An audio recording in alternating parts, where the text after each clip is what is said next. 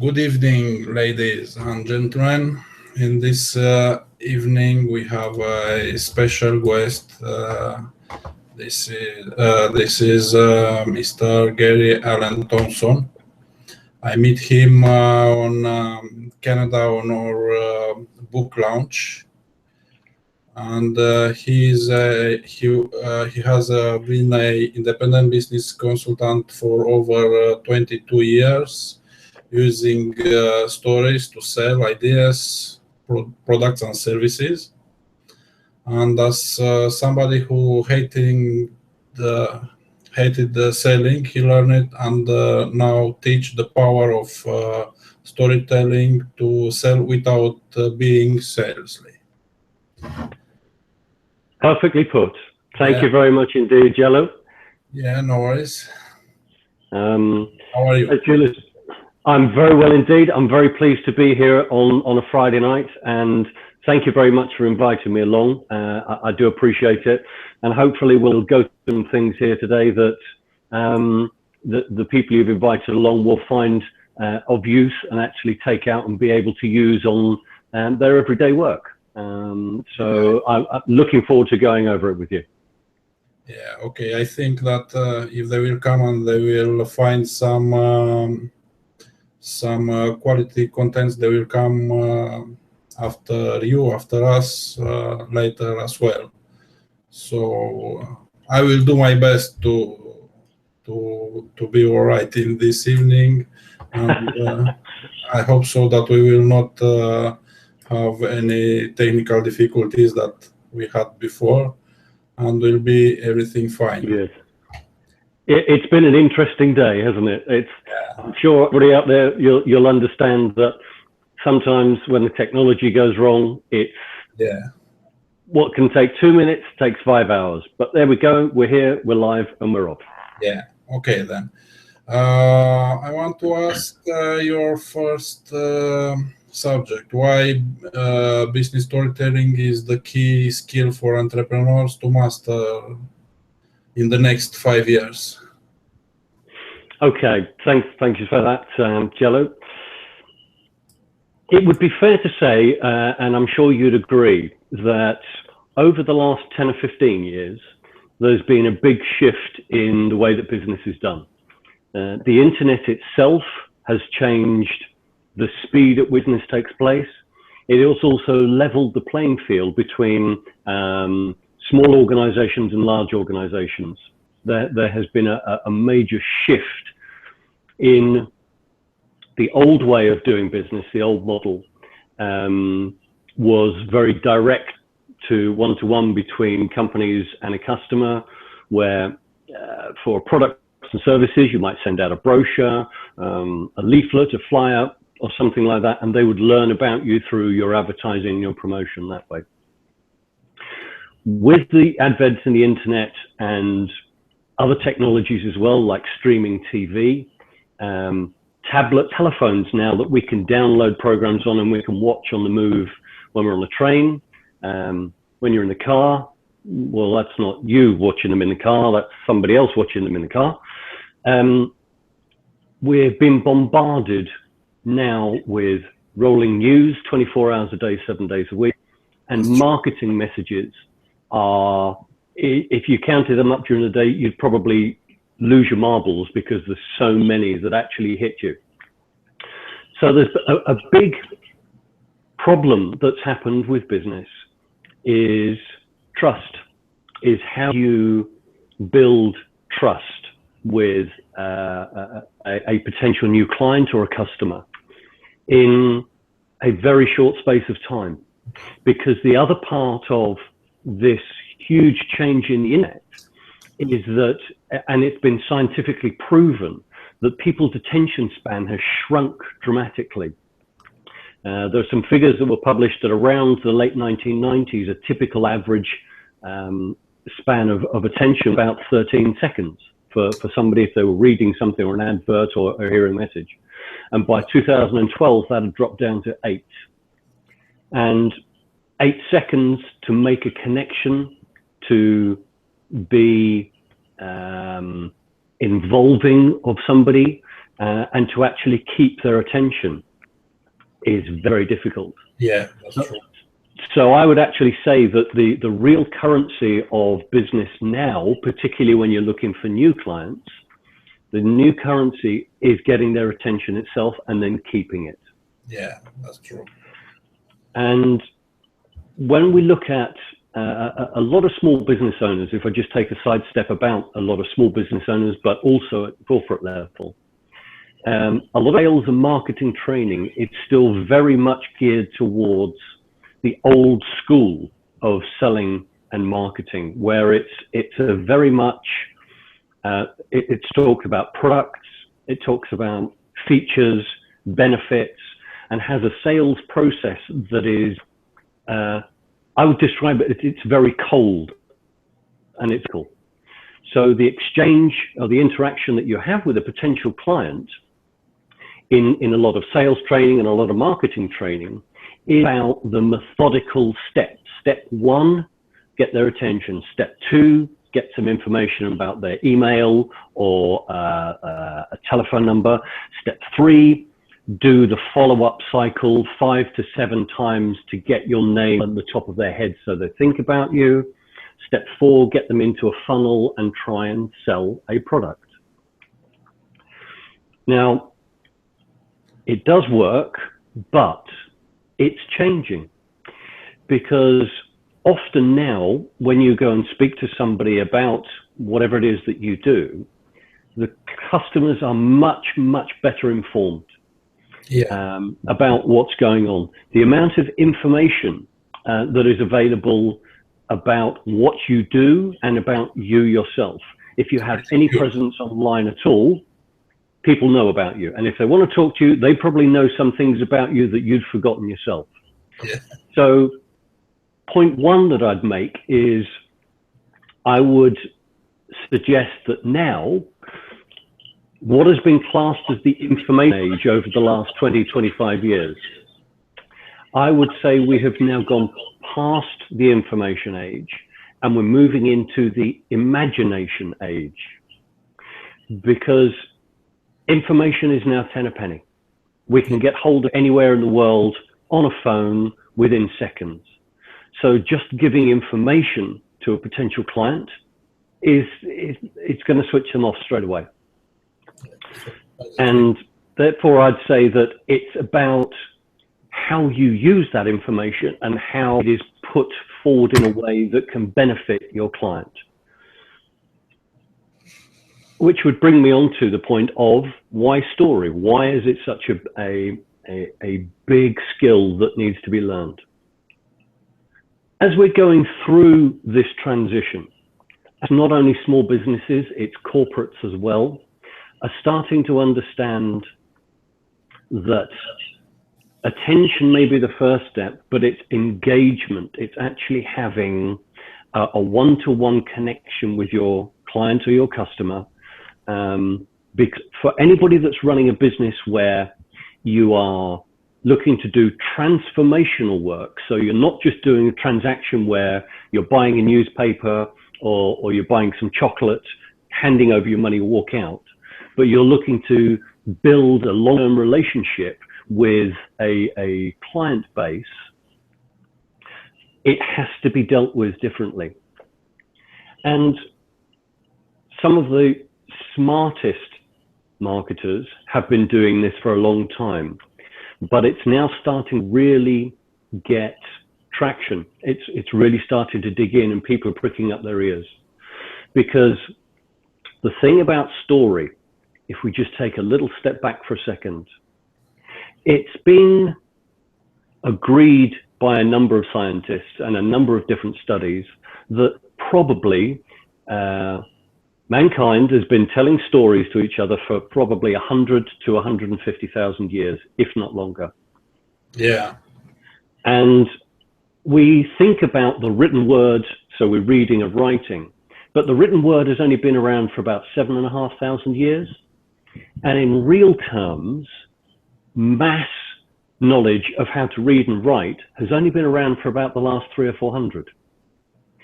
So we are a story animal. The whole of our history, our culture, our society's rules, if you like, for a huge length of time was built around the oral tradition, telling stories, making those mental pictures and teaching the kids, the rest of your family and the groups to pass on information, knowledge, and that was the way it was done.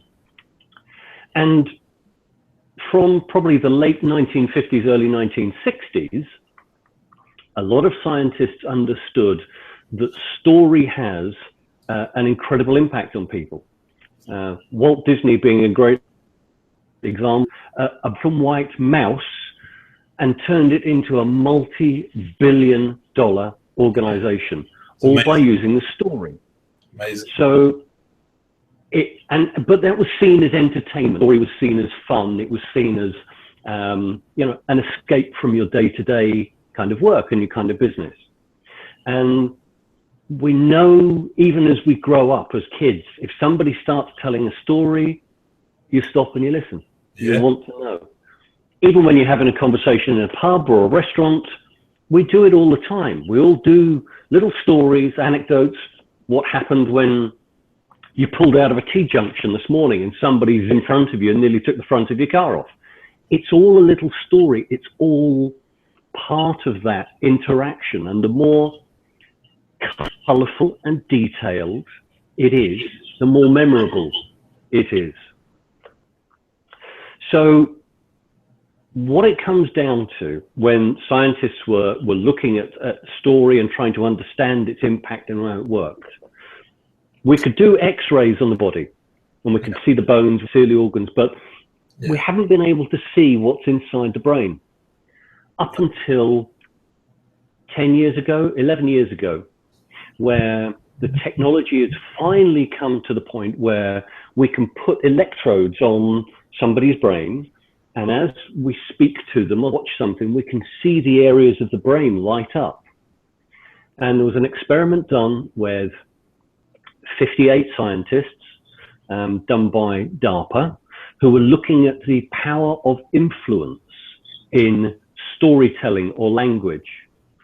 And they have now scientifically proven through the mapping of neuroscience and the mapping of the brain that something we already knew, but we could never prove it. And that is that as human beings, we are hardwired to listen to and attend to stories. Yeah. And one of the key and most powerful things that, for me, it came because I trained in the early 1990s as a clinical hypnotherapist. Part of that was because I was fascinated by language, and I was fascinated by how language can impact somebody, how it can change their state, how you can invoke different emotions just by saying words. And I was absolutely fascinated by this. And it's something that I used and took from hypnotherapy into business, was the use of language to change the way that people perceived a problem or got groups working together or things like that. So when it was proven with the scientific studies where they'd mapped all this stuff on the brain, the one thing that they had finally been able to see is that when we see something, or when we hear something, or when we touch something, it actually goes through a part of the brain, the subconscious side, before you realize it consciously.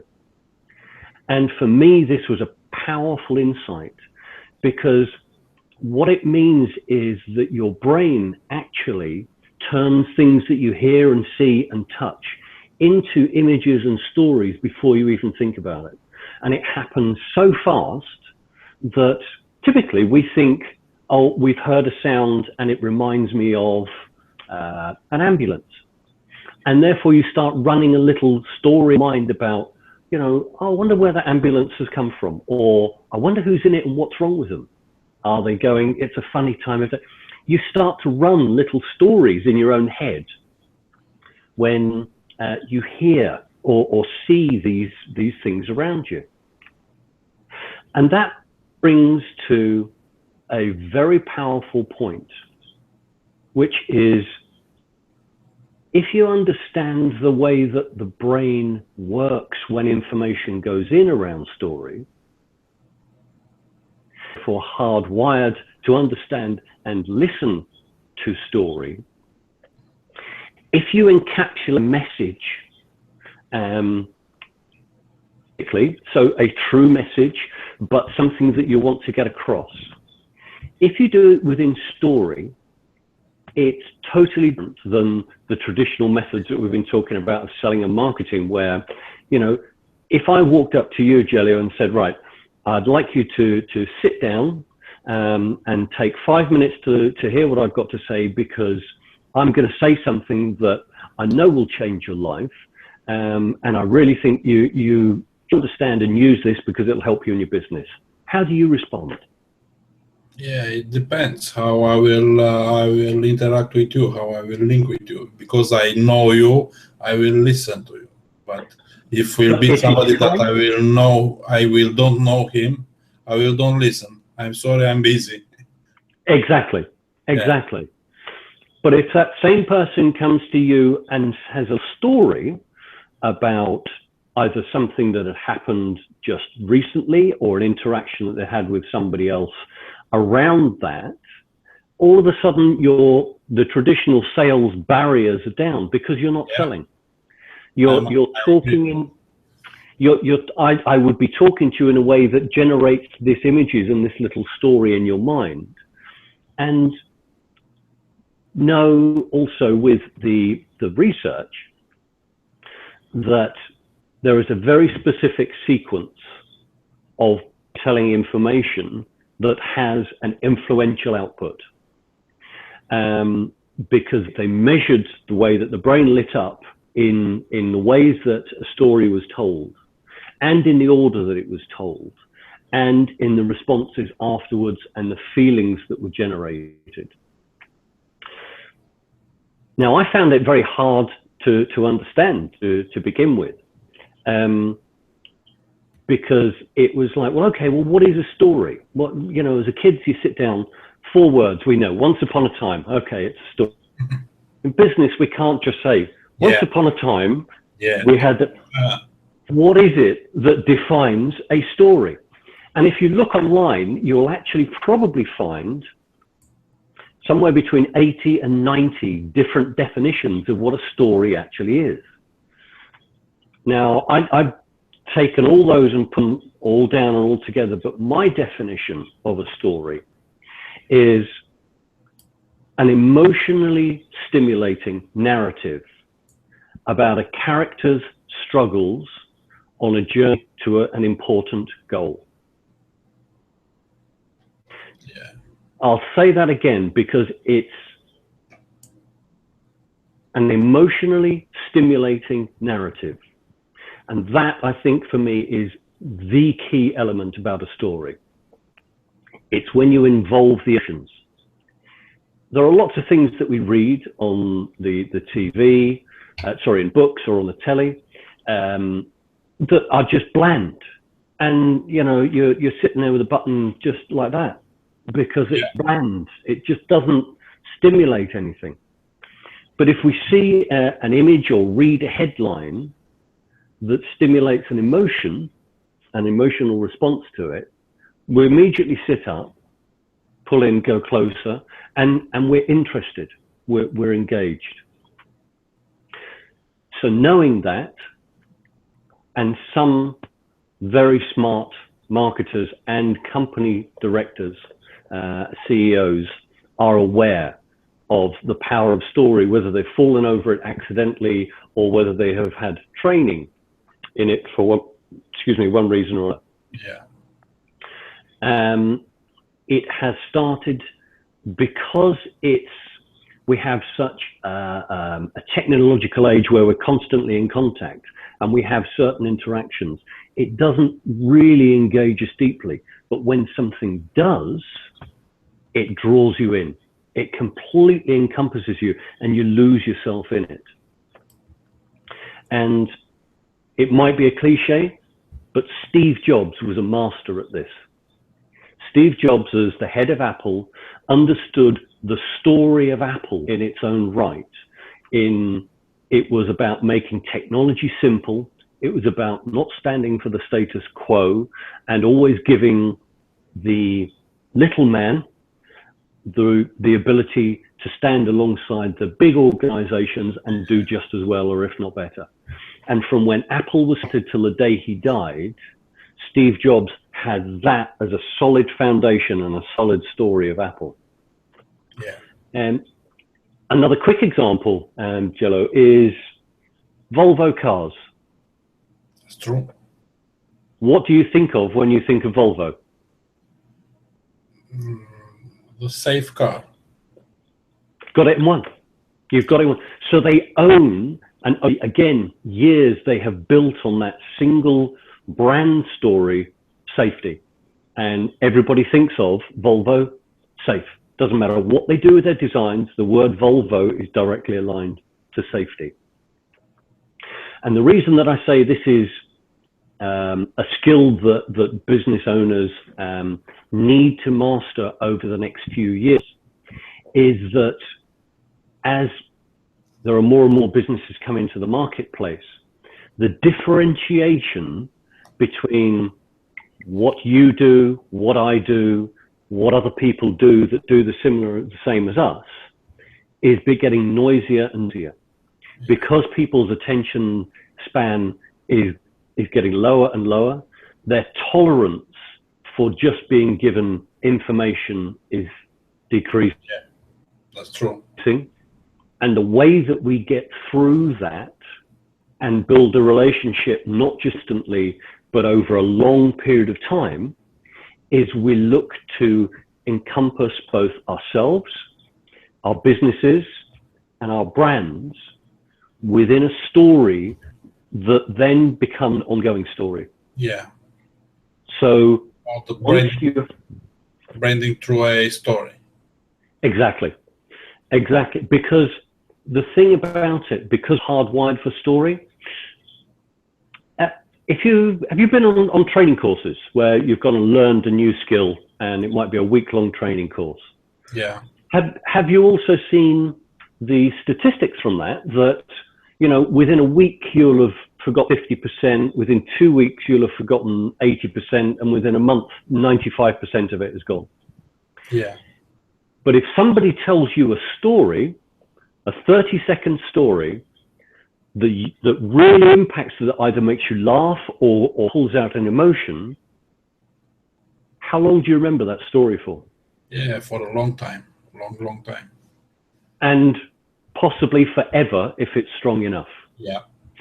And if it's personal as well, even though it's from a business, if there is a personal drive there, so you see the humanity, you see the human being behind the technology or the business, you're then dealing with a person. Feel like you're dealing with a person. And so it not only bypasses that typical sales objection of, I don't want to talk to you, I don't want you on, I know you're selling me something, I'm not interested. Yeah. So it gets past that, because it literally goes around the back and comes in, because you're not selling anything, you're telling a story. Secondly, it then becomes exceptionally memorable. 150,000 years worth of history has wired our brain in a way to make stories memorable. It's how we learn. You know, as kids, we learn through play and through story. All the fears of the grim fairy tales, they were quite dark stories, but they were a teaching story. Yeah. What we need to do is then take that structure, that approach, and overlay it onto our business and show what it actually is, because in our own minds, we live this story every day. You know, in what we do, we actually live our own stories. And many people think of stories, their own stories, as being their life stories as history, but your life story is history and future. Yeah. So it's using that and actually opening that up and sharing it, you know? And by understanding how the structure, how the framework works, because there's thousands of stories, let's face it, and probably 99% of them might be interesting, might be entertaining, but only a very few stories make people change their mind, make people do something, make people get off their seat and go out a door and go and speak to somebody. And that is a very, very specific structure and a framework that is repeatable. And this is back to what I was saying earlier on about the scientific work in the last 10 years on this. It becomes very powerful because rather than learning about influence or persuasion techniques to try and bypass this, you're just doing what humans do naturally with a story.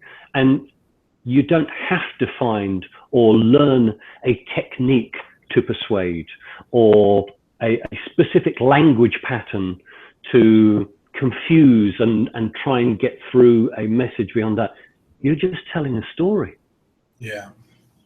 But when it's a structure that you know has an influence and you have a theme of that, you know, before you construct a story, and actually on this point, I would say it's far more powerful in a business setting to use truth.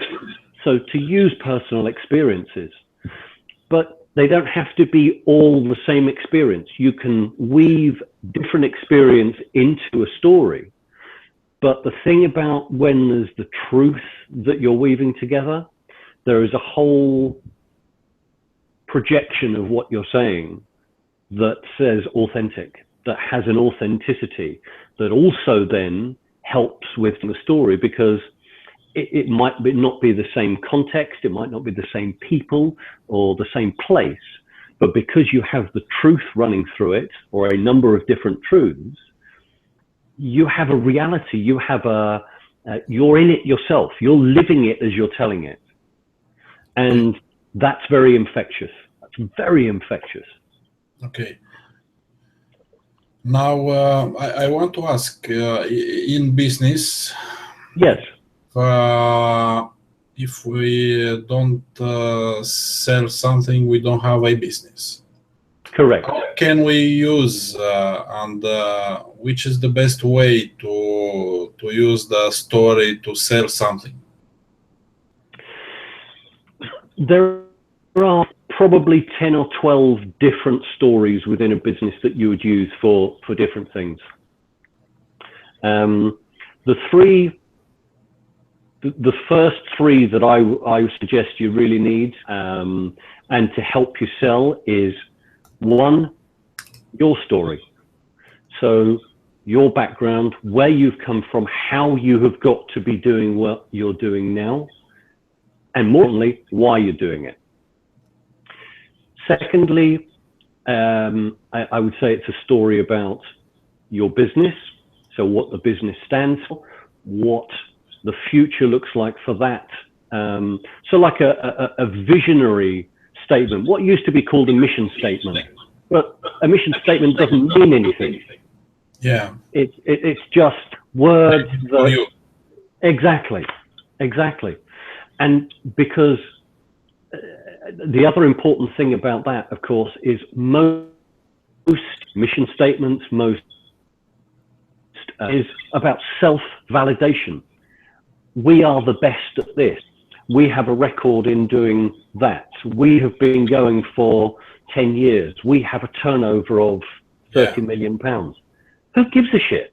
Sorry, excuse me. You know, nobody cares, because it's all about them saying, look how good we are. Nobody actually cares. They're more interested in what you're going to do for them. So from a selling point of view, your personal story is a very powerful one, because it opens up the human connection. And it doesn't mean how big or small a business is, people always buy from people. And if you have a well-crafted and understood personal story of your background, why you do, where you are, and what you're doing your business for, it makes a very powerful introduction both to you for making a connection to a potential customer, but more importantly, in our age of lack of attention, people will remember you. Yeah. And when people remember you like that, you don't have any competition, because you're not trying to point out what you do different than your competitor who does the same thing. Yeah. You're being you, and there is no one else like you. So your story then becomes your uniqueness. There is no competition. Wonderful. With you. Yeah. Yeah. And that, from a selling point of view, and the third one that I'd say is the brand story, is understanding what is the area that you are looking your brand to be here on the top of your potential client's head. Like Volvo is safety, Nike is just do it, Apple is, you know, simple, clean, and not the status quo technology. What is the area that your brand story is going to hold out, and your potential customer is going to look at you and go, for Gelu, I am going to talk to him about that, because I know that his brand is about that 1 or 3 words that encompasses what you're standing for. Put that with your personal story and your business story, and as a front, that's a really powerful conversation opener, not even from a selling point of view. That engages and brings people in to want to ask more of you as well. Yeah. So initially, those are the 3 that I would say are probably the most powerful, and the first 3 that you need to have. Yeah. Okay. This is very clear, but out there are lots of story, lots of good or less good stories. So how we make our story to be memorable in the mind of our customer? The way that, if we go back to what I was saying about the definition, which is the emotionally stimulating, we don't, what a lot of people think, Gelu, is that if you've got a half-an-hour meeting with a customer, you want to get in and be very forthright, very black and white, very straightforward, because you only have 30 minutes and you've got to get through a whole load of stuff, if for want of a better word.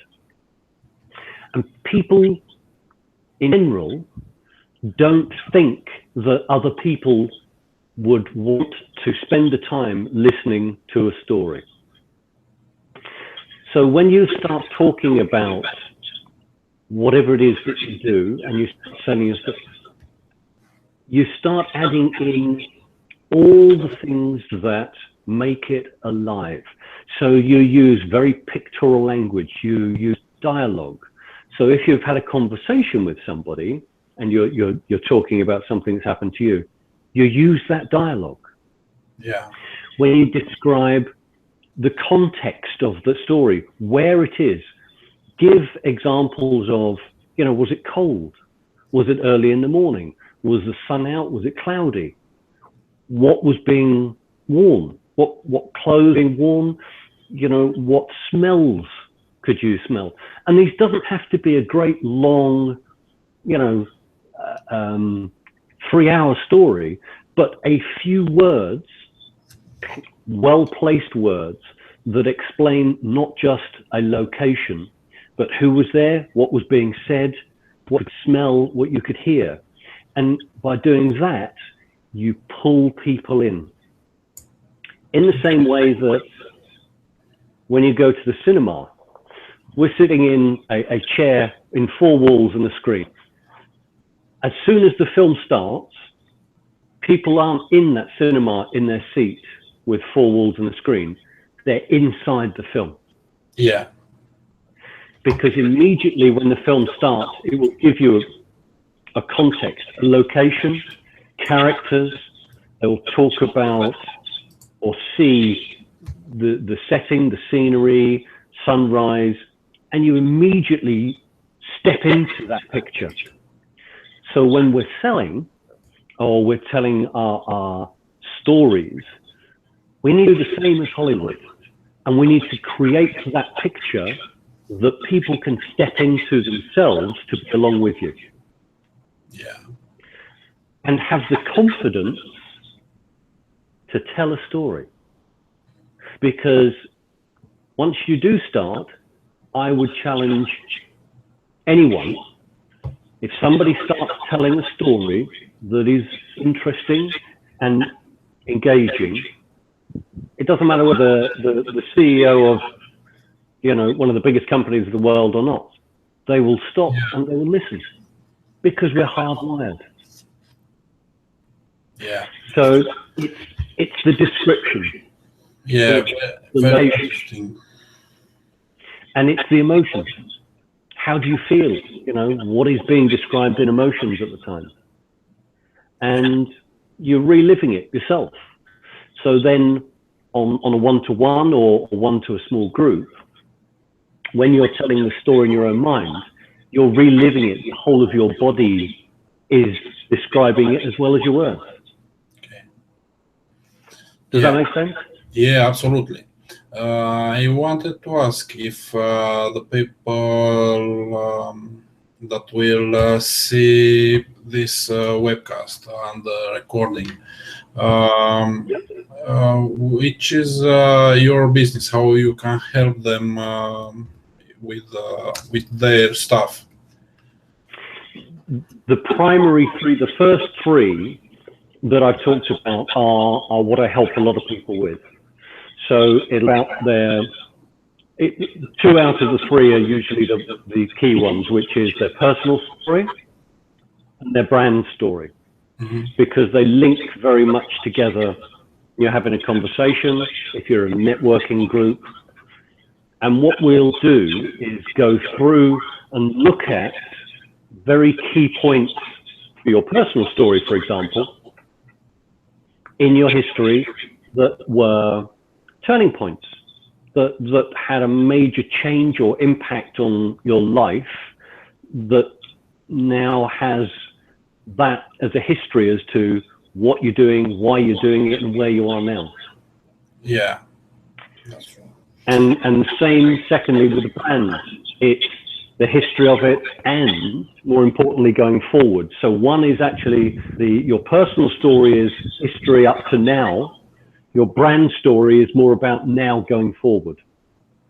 Yeah. And those are the two key ones that I first start talking to people about, because then after that, once we have a structure that they can work on, I'll do classes where I do follow-ups, where we'll do rehearsals of stories, and we'll have small groups of maybe 8 or 10, where everybody once a month for like 3 months or 4 months, we'll get together for half a day and we'll go through those stories and get other people's feedback, where you can improve it, things you might be able to put in, take out, and craft it and hone them and make them better, make them have a stronger impact.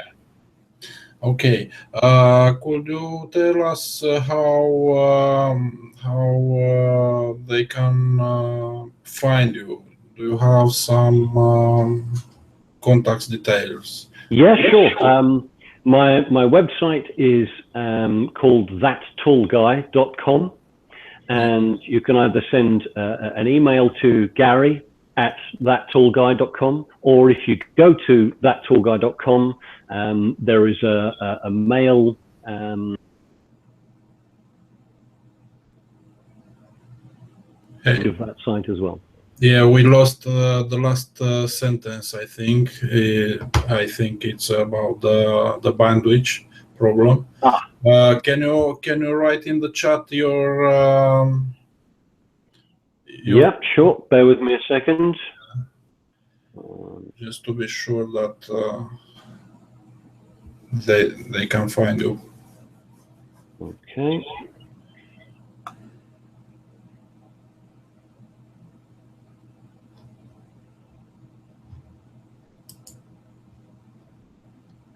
There we go.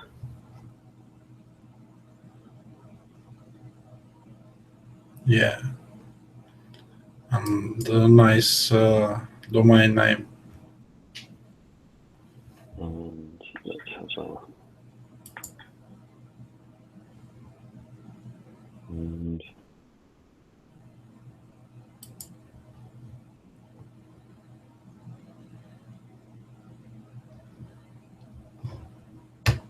there we go. That should be up there now. Yeah, it is. And it's all right. To me, you know why I'm that tour guide. Yeah, it's a good image plus a good story will do a very successfully brand. Yeah, exactly. Hey Gary, thank you very much that you come in this evening.